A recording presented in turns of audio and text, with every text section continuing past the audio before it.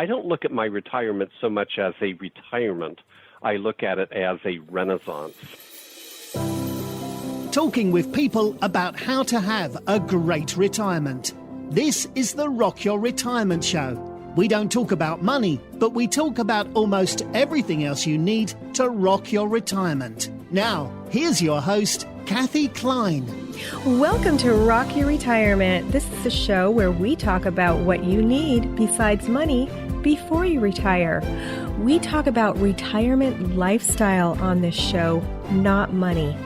And if you'd like to have a more interactive experience, you can join our private Facebook group by searching for Rock Your Retirement Community on Facebook, or better yet, just go to rockyourretirement.com/Facebook community. Today, I have a wonderful guest on my show. His name is Dave Hughes, and he is the founder of Retire Fabulously, a website that provides the knowledge, tools, and inspiration that you need to plan your ideal retirement lifestyle. So Dave and I, we're kind of kindred spirits. We both talk about the lifestyle of retirement. He's also an author. He has authored Design Your Dream Retirement, which enables you to envision, plan for, and enjoy the best retirement possible. And he is a well-known author. He writes for Retire Fabulously, of course, and also the U.S. News. His articles have appeared on Yahoo Finance, AOL Money, something I can't pronounce, IGBTsenior.org, Top Retirements, and Tiny Buddha.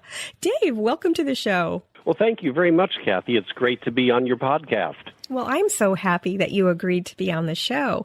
Tell me, how did you think of Retire Fabulously? Because I thought I was pretty much the only person doing this. Well, it's interesting. I started this journey about 4 years ago while I was still working, and I noticed the same thing that you did, and that is that there's a lot of resources on the web as well as in magazines and on books and in books and so forth about how you save money for your retirement and how you invest and how much money you should take out once you retire, all the financial stuff, but relatively little information about how you're actually going to live your life after you retire.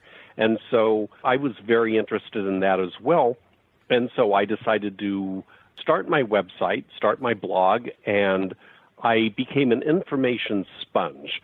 I tried to find everything that was already out there about it. I also included both my own experience and those of people I knew, as well as my parents. And they had a very good retirement, and they, in many ways, were an inspiration to me as I looked forward to mine. Now, are they still living? No, they've passed away by now. But I'm sorry. Oh, that's fine. And they actually had a retirement that lasted almost 30 years. Oh, my gosh.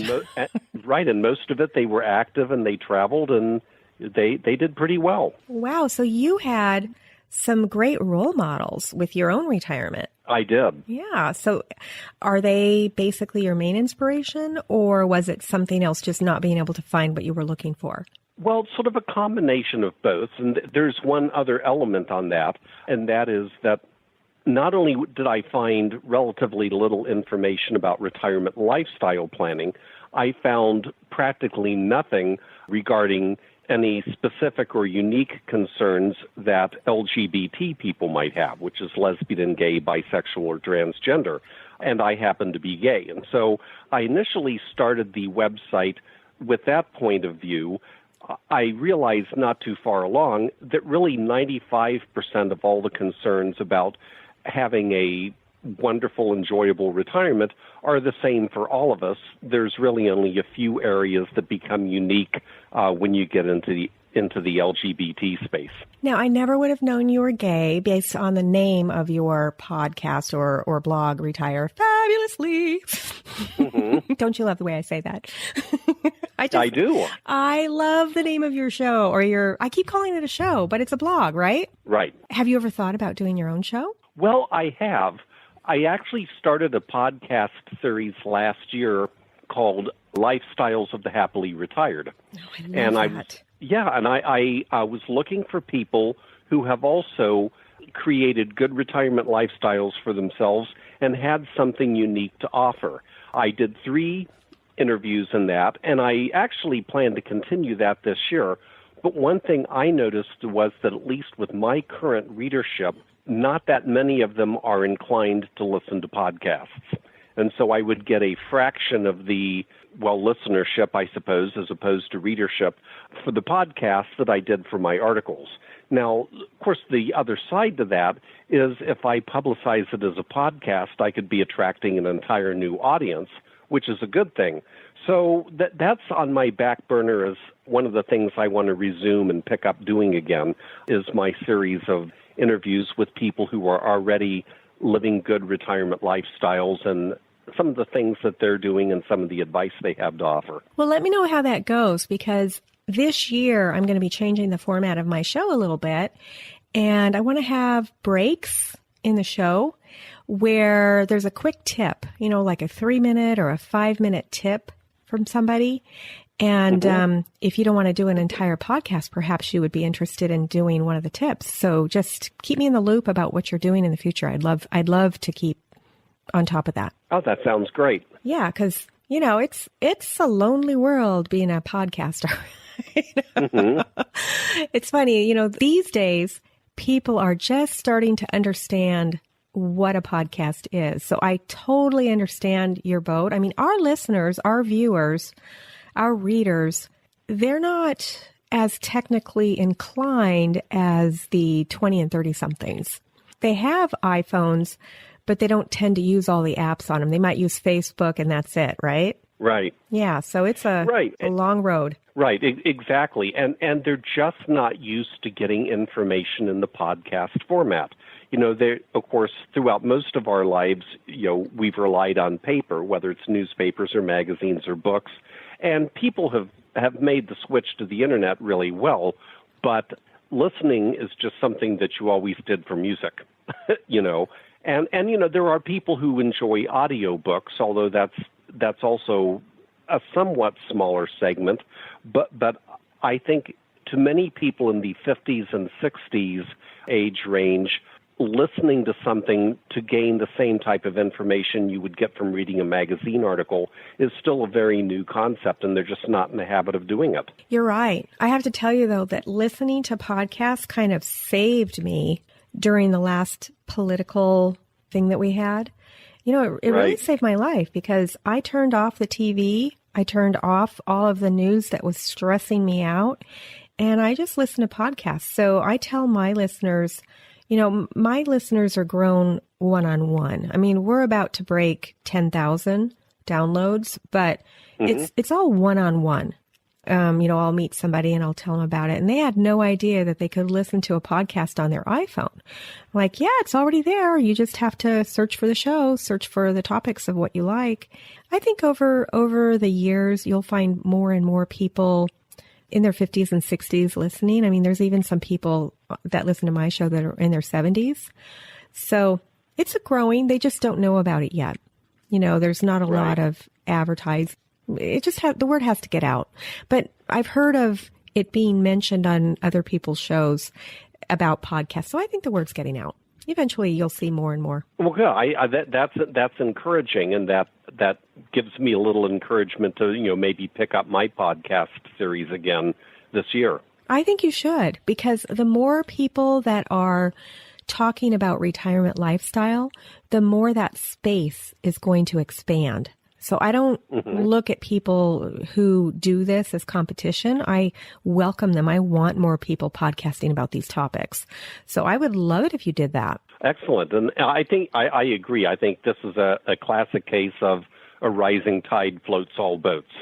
Absolutely. It's not a competition. Yeah. So tell me, you have been writing your blog now for 4 years. Is that correct? Yeah, about 3.5. Okay. So what is, if you had to put your finger on it, what is the number one thing that you have learned in that 3.5 years that my listener should understand? Wow, the number one thing. That's sort of tough, but First of all, I think it's obvious that a lot of people don't really think a lot about what they will do with with their days once they retire. And a concept that I like to introduce to people is the concept of I don't look at my retirement so much as a retirement. I look at it as a renaissance. In other words, this is an opportunity for you to redefine your life and perhaps create the life you always wanted in the first place. And an example from my own life is this. I love jazz, and I play the trombone. I'm reasonably good. I'm not good enough to get a recording contract and make records or anything like that, but I'm reasonably good. And if you had asked me in high school, what would I really like to do as an adult when I grew up, it would be like, well, I'd love to play my trombone. I'd love to be a professional musician. But, of course, reality set in, and it said that, if I relied on my musical skills as a career, I would be one hungry guy, one hungry and homeless guy. So, obviously, a career in software engineering made a lot more sense. But now that I've ended my working career and I have retirement savings and all that, this gives me the opportunity to finally do the things with my life that I really wanted to do. And so now I play my trombone a lot more. I'm in 4 bands. And that story can be similar for all of us. I mean, we make compromises, we make choices, we give up things throughout our working career, especially if you're also raising children and they take up so much of your time and all that, that once you get to this point where you no longer have to worry about whether what you do can earn a living, it really opens the field up for becoming who you were really meant to be. And so I think if that's the one thing that, number one, I've learned for myself, and the number one message I try to convey to my readers is to look at your retirement not just as a retirement, but as a renaissance. That is awesome. Look at your retirement as a renaissance. I love it.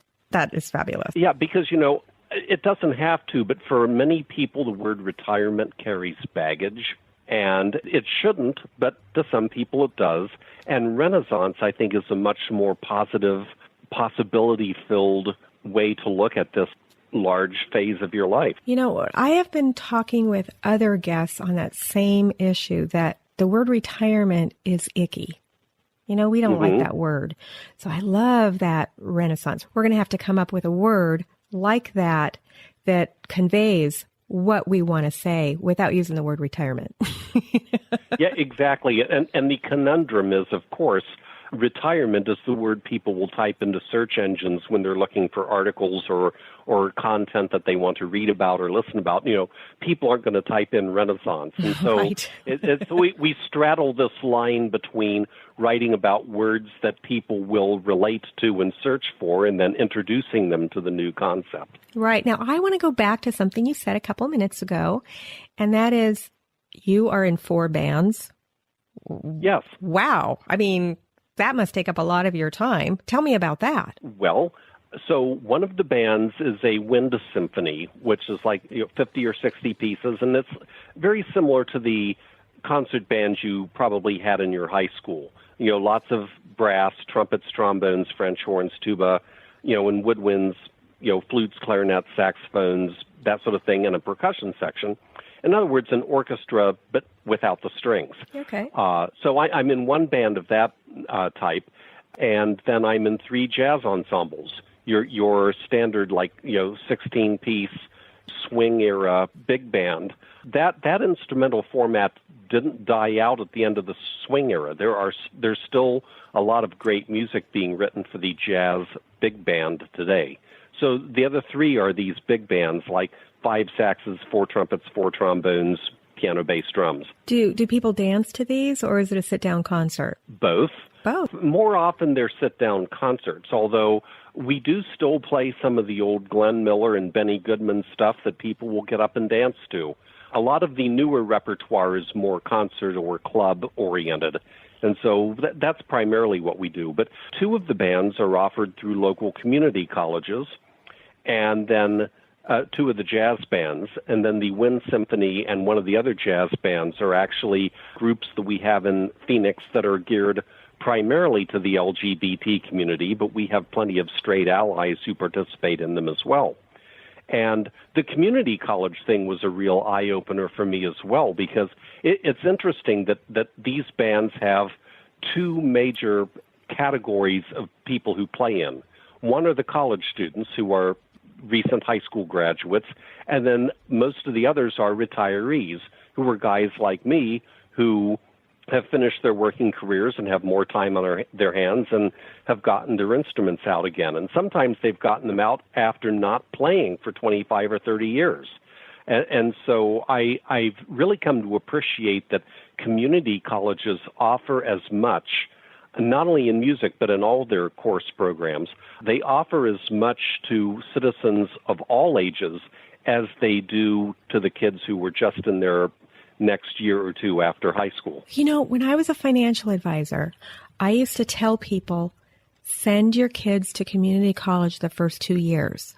The degree does not state that they went to community college the first 2 years. It just states where they graduated from.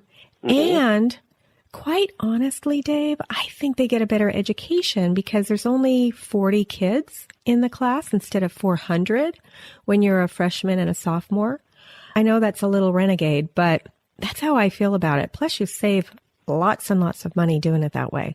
Well, sure. And also it allows, it's a little easier to kind of progress in steps from your high school to college and then to a major university, which I think is really helpful, for a lot of kids, especially if they're not sure what they want to major in yet, that sort of thing.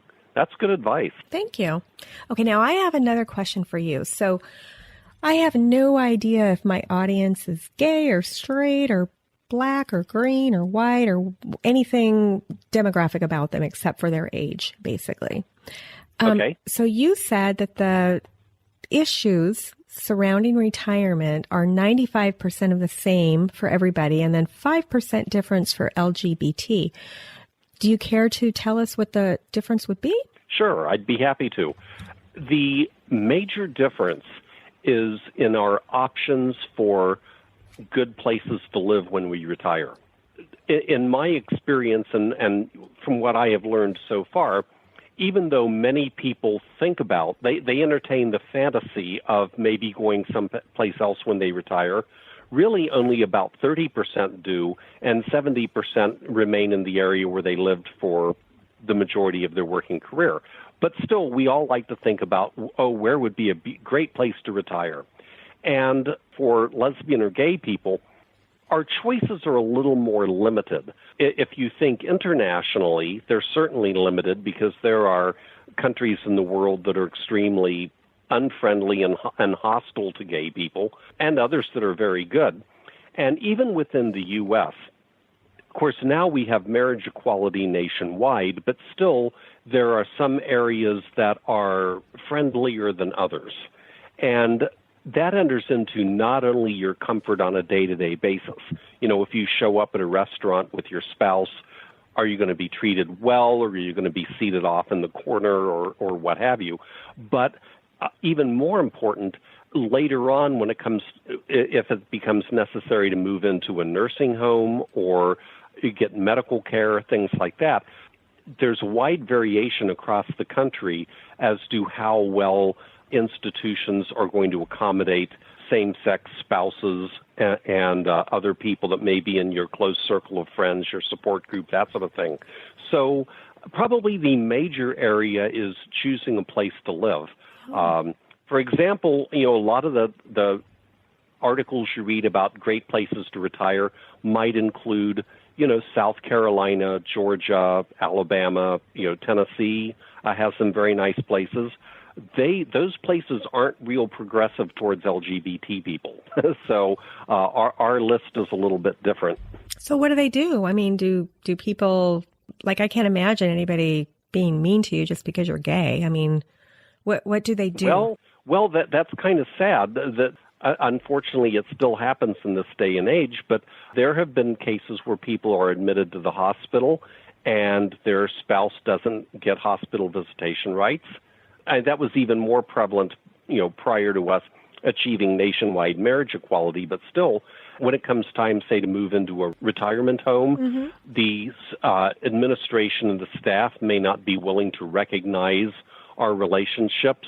They might put people in separate rooms, which they wouldn't do if they were doing for spouses. I see. There's actually been a lot of, in some ways, the senior health care industry has lagged behind a lot of the rest of society in their diversity training and in their attitudes towards such things. Wow. Here in San Diego, where I live, so I'm part of the Caregiver Coalition here.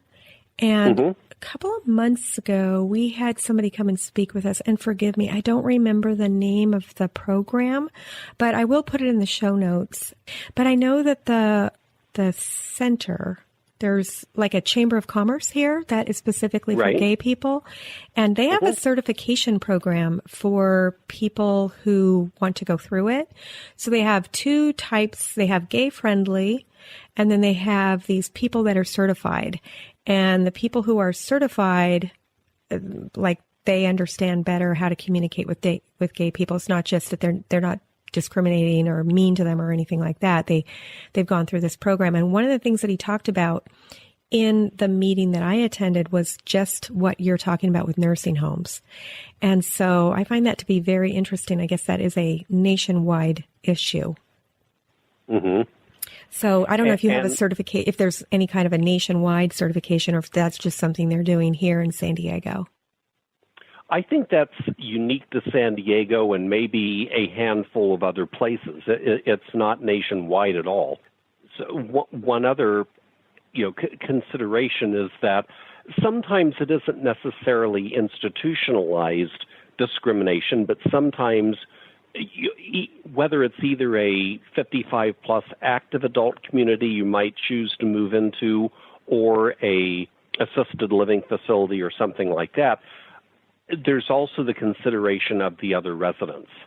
And I know I'm probably going to you're going to get hate mail for this guest who came on your air and said this, but honestly, the people who are now in their 80s or whatever grew up in a time where tolerance or acceptance of LGBT people was not as common. And, I think there are statistics to prove that each subsequent generation becomes a lot more positive and accepting where LGBT people are concerned. So we're still dealing with some people who, throughout most of their lives, have not had to deal with LGBT people and may still be uncomfortable doing so. And so from my standpoint, if I were to choose to move into a 55-plus active adult community, of course that involves buying a house and really, committing to living there. And then if I were to find out I was ostracized by many of my neighbors, that wouldn't be a very good situation to be in either. I'm at the edge of my seat, but we are going to take a short break, and then we'll come right back with Dave Hughes. How many books do you need? Hi, this is Lisa Woodruff, and I'm a professional organizer and productivity expert, and I'm tackling the tough topic of how many books do you really need today? So books are a touchy issue. People love their books. They're like little children, and they don't want to let them go. I know I'm an avid reader, and it was really hard for me to declutter some of my books, and I still have 3 full bookshelves. But what I found when I started was I had about 8 bookshelves worth of books. How many books do you have? The step 1 is to start consolidating your books into less bookshelves. So if your bookshelves are sort of full, go ahead and pack them full of books, and let's have less bookshelves of books and start looking towards creating a library of books versus using books as an ornamental decoration. As you consolidate your bookshelves and run across books that you will likely not read again or give to a friend, go ahead and donate those to the library. You can still check them out yourself and read them later if you change your mind. And finally, now's the time. You're rocking your retirement. So spend that time rereading your favorites and reading the books you never got to the first time. Check out the Organized 365 podcast for more on how to get organized as you rock your retirement. Welcome back. I'm here with Dave Hughes, and we are talking about finding retirement communities for the LGBT community. Yeah, it's tough because you can't control people who are not, employees or who aren't doing anything illegal, right? So that's tough. And you're right. People that are older do have a different, they didn't grow up with the openness. That's what I've noticed that, whenever my husband is 20 years older than me, and he'll say something about not just LGBT, but anybody, African Americans or whoever, he'll say, oh, they discriminated, or he'll say, and I say, when I grew up, we didn't think anything of that. We didn't look at those things. And I know that 20-year-olds look at it even less than what I'm now. Maybe that's different in some of those states that you mentioned. I don't know. I've always lived on the West Coast, but I never think of those things. Yeah. Well, it does vary both in various age brackets, and it definitely varies in different parts of the country. So yeah, there are still, parts of the country where gay people don't go. Yeah, exactly. Where we don't choose to go, or even if we live there, have to be a little more discreet or less open than, careful, exactly. Okay, so where do you go? Are there 55 and older gay-only communities, or where do you go? I mean, here in San Diego, we have Hillcrest, but that's not a 55 and older. That's everybody. Mm-hmm. So are there communities like that are specific to people in your community? There are a few. Well, basically, to promote a recent article on my website, I actually wrote an article about this a couple months ago. I kind of compiled a list of what retirement community options we have. And there are a few. There's a place in Santa Rosa, California, that to me is sort of the Cadillac of gay and lesbian retirement homes, and it's called Fountain Grove Lodge. It is a continuing care community. So you move in there, and you may still be completely active and independent.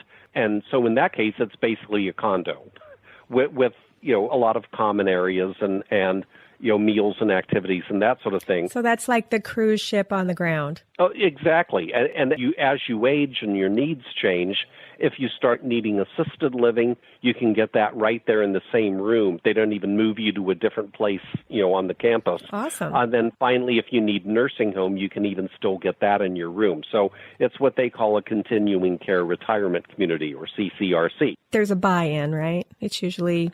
Oh, yes.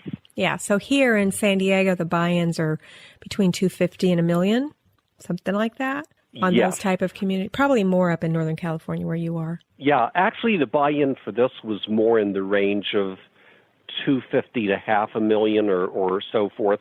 And of course, there's monthly charges as well. So it's not cheap. But I've learned that it's actually not out of line compared to other CCRCs. And in terms of getting what you pay for, it's a good value, but it is not cheap.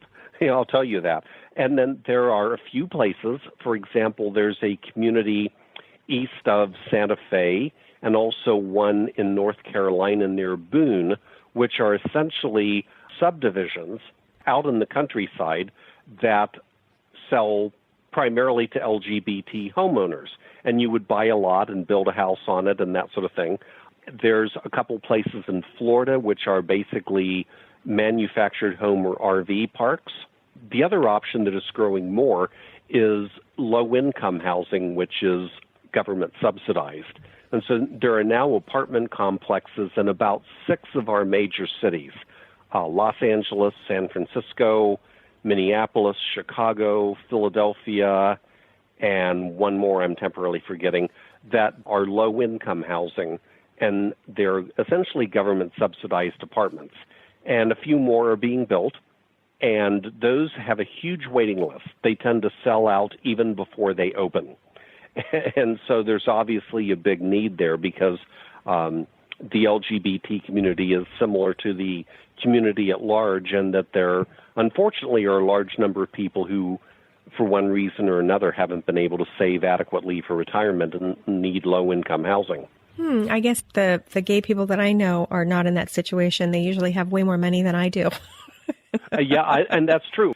Many of us do, because many of us didn't have to raise kids our entire life and all that. But, there are plenty of others who didn't, just like in the population at large. Right, absolutely. So these low-income housings are specific to the LGBT community? Well, here's the thing. Yeah, now there certainly are income requirements.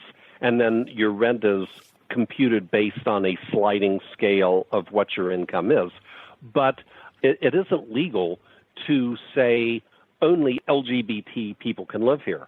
And that should be illegal, because just like we would not want to have laws passed that say no LGBT people could live here, we shouldn't have laws passed that say only LGBT people could live here.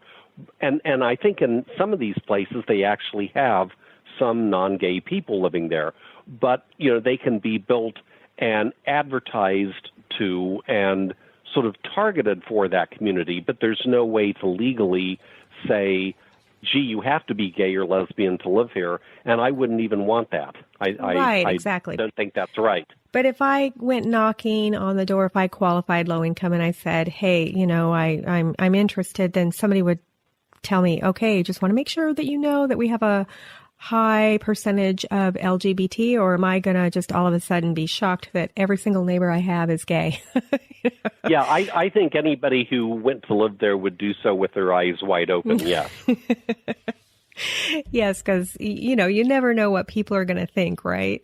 And you want to make sure that you keep the community friendly. Exactly. So is that the number one issue, just housing and nursing homes, or are there other issues that are different from the non-LGBT community? Well, there are a couple others that are similar. One is that, at least speaking personally, and I think many other people would feel that way, I enjoy living in a community where there are at least a few, like, gay organizations, a couple gay churches, maybe a few predominantly gay restaurants or bars, that sort of thing. In other words, where I had a little bit of community to interact with.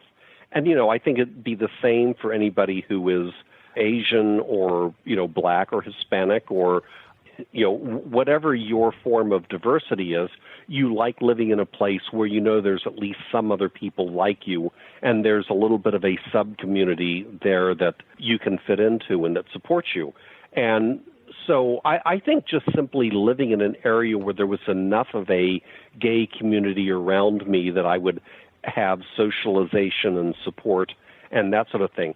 And that's important not just on a day-to-day basis, but the other thing is a challenge that many of us, gay or straight, who don't have children, or maybe we ended up living in an area where we're separated from the rest of our families or whatever, have a little bit of concern that when we really grow old, who will be our support network? And so I think that's why it's essential, throughout our lives, but especially throughout our retirement, to cultivate a social network and a support network so that when you really need help, you start becoming homebound, or maybe you have a medical episode or whatever, you have a support system that will help take care of you. And so that's where the value of community comes in. That's one of the things that I talk about in I have this little freebie called Secrets About Retirement that your broker won't tell you. And we talk about that in chapter 3, and that is support groups. So it's not just people in the LGBT community that need that support group. You'd be amazed at how many people just in the general population don't have it. When I was just talking with a friend of mine a couple of days ago, a couple actually, and they're going to be retiring this year, and they're going to be moving to another state. And I said, so how are you going to be social? What are you going to do? And they said, well, our daughter will include us in her things that she does. And I said, well, don't you need your own activities, your own friends other than your daughter? I mean, they weren't considering this at all. And so, it's not just the LGBT, it's all communities, everybody needs that support system. And they've done studies that shows that you will live a longer and healthier life if you have that support system. So kudos to you for bringing that up. Mm-hmm. Yeah, it's true. I mean, loneliness and lack of socialization is one of the biggest concerns of all retirees. And I think that's only going to get worse because over the past few decades, we've evolved into a society where people move more.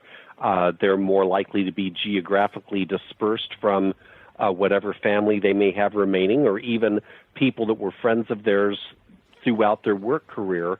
And that's especially emphasized if you decide to move someplace else when you retire, as you just said. Yeah. So what do you feel about social media? Do you think that places like Facebook help create community or make it worse? What's your opinion on that? You know, I think about that a lot. I think it's like many things, there are good things about social media. And let's just say Facebook, although, of course, there's other forms of social media as well. But there are good things about Facebook and there are bad. I mean, the good things are that it is easier for people to stay in touch with friends they've had throughout their lives, that kind of thing. So that's good. But the downside is I don't want us to become a generation where we get all of our we're all a bunch of individuals holed up in our own homes, sitting in front of a computer screen, interacting with the rest of the world just by computer. So there's some good to that, but those people on the other end of the internet tube, so to speak, aren't the people that are going to be able to come to your home and help you if you start needing rides to the doctor or home health care or stuff like that. So I use the computer a lot all day long too, but I still really need to have human contact as well. So there's an upside, but there's a downside. I mean, if it keeps people from getting out into the world and making real-life human friends and developing a local support network, then that's not such a good thing. So do you have any advice to people about how they can create that network? I mean, can it start on Facebook and then go, like, are there support networks when you say, hey, let's have a cup of coffee if they live in your same city? Well, yeah, exactly. There are things like meetup groups and Facebook groups and all that. So, yeah, Facebook and just the Internet in general is great for being able to locate these groups. But once you locate them, then you need to actually just get out and make the effort to go join them and meet the people. So I've come to learn that all things are good in moderation. And that applies to just so many things in life. But Internet use is one of those things. I certainly wouldn't want to go back to living without the Internet, as we did in the early part of our lives. Right. But too much of it, like many other things, I think is detrimental. So, you use it for the things that are good, but then still, at the end of the day, nothing substitutes for having real life people in your life. That is really, really good advice. And you've done something else that I am very impressed with. You created a guide, the Retirement Visualization Guide. Do you want to tell us a little bit about that? Sure. So that has evolved a little bit. It's now in its third edition. And this simply asks some of those questions that people, I think, need to ask as they start thinking about their retirement. And ideally, they'll start asking and answering these questions several years before they leave the workforce. I think one of the other things I really try to emphasize with people is you should probably start, ideally 10, but at least 5 or 3 years before you retire to really think about what you're going to do with every day and what you're going to do with your life and everything after you retire. I think a lot of people wait until they have their retirement party and they walk out the door of their last day at work, and then they start thinking about what am I going to do? And in some ways, that's too late. I think it's a great idea to start asking those questions several years before you retire. And the Retirement Visualization Guide is designed to do just that. It asks questions about what are you going to do for exercise? What are you going to do to meet people? What are some of the things on your bucket list? Where would you like to live? And diving a little farther down into each of those questions, on the where do you want to live question, it'll ask, do you want to try to stay in your same house? Do you want to move to a smaller house in your community? Do you want to move to another state? Do you want to move to another country? And so it asks a series of questions to get people to think about what their life is going to be like after they retire. And for people that are partnered or married, I suggest that you download 2 copies, have each person do theirs independently, and then sit down and compare your answers. Because it's amazing how often we think that, we come up with our idea for what we want to do in our retirement, and we just assume that our spouse is going to be on board with all of it. And they'll just happily be by our side and going on all the same adventures we go on. And come to find out, a lot of times the spouse has a very different view of what retirement's going to be like. I know. And people don't think about that. Just like my husband doesn't like traveling as much as I do. So that's for sure. Absolutely. Yeah, I mean, a great example of that is right here in my house. I mean, I mentioned earlier in our conversation that my parents enjoyed a nice 30-year-long retirement, and they did some great traveling, and they were healthy throughout most of it. And it wasn't anything extravagant. They weren't wealthy, but still it was very satisfying. And for my husband, Jeff, the experience with his parents was very different. They both had no idea really what they wanted to do when they stopped working. They sat around the house and watched TV. Their health went downhill quickly. His father's now passed away, but the last 10 years of his life was a string of doctor visits and declining health and all that. And his surviving mother-in-law is much the same way. And so he actually dreaded retirement. He said, I didn't think I want to retire. I want to keep working, because if I retire and then I'm just going to go downhill and die, who wants that? Right. And so we had very different visions of retirement, and we have brought our circles much closer into alignment, but we still have a little bit of ways to go on that. Well, you had different role models, for sure. Exactly. So you and I are role models to everybody who doesn't know what they're going to do with their life either. So I bring guests, and you bring your own thoughts, and you bring them and put them on paper. So that is amazing what you do. So you have a book too, right? Design Your Dream Retirement? That's correct. And there's sort of a tie-in between the book and the Retirement Visualization Guide. And you can use either one independently, but in the book, in each chapter, I talk about one particular aspect of designing or visualizing how your retirement's going to be. And at the end of each chapter, I'll ask a few questions. Those are now the same questions that are in the Retirement Visualization Guide. So if you don't want to write in the tiny space in the paperback, or if you download an electronic version of the book, you have, of course, no place to write. You can use the Retirement Visualization Guide in tandem with the book to answer many of the questions that I pose about envisioning your retirement. That's awesome. So the visualization guide is kind of like the workbook that goes hand in hand with the book. I love it. And for my listeners, you can actually get that guide for free on my website. You just go to rockyourretirement.com/retirement visualization. And there'll be a link to it also on the show notes. And then the book can we find that on Amazon, or where do we find the book? Yes, it's on Amazon. That is awesome. I have had such fun with you, Dave. Thank you so much for coming on the show. You've been a wonderful guest. Well, thank you. It's been my pleasure, too, and I have greatly enjoyed our conversation.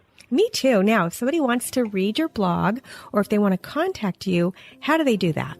Well, the blog is retirefabulously.com, so that's pretty easy to remember. And there's a contact form on there, or my email address is pretty easy as well. It's dave@retirefabulously.com. Great. Well, thank you so much. And for my listeners, thanks for listening, and we'll see you next week on Rock Your Retirement. Thanks for listening to the Rock Your Retirement Show. If you are rocking your retirement or know someone who would make a great guest on our show, please send us an email at podcast@rockyourretirement.com.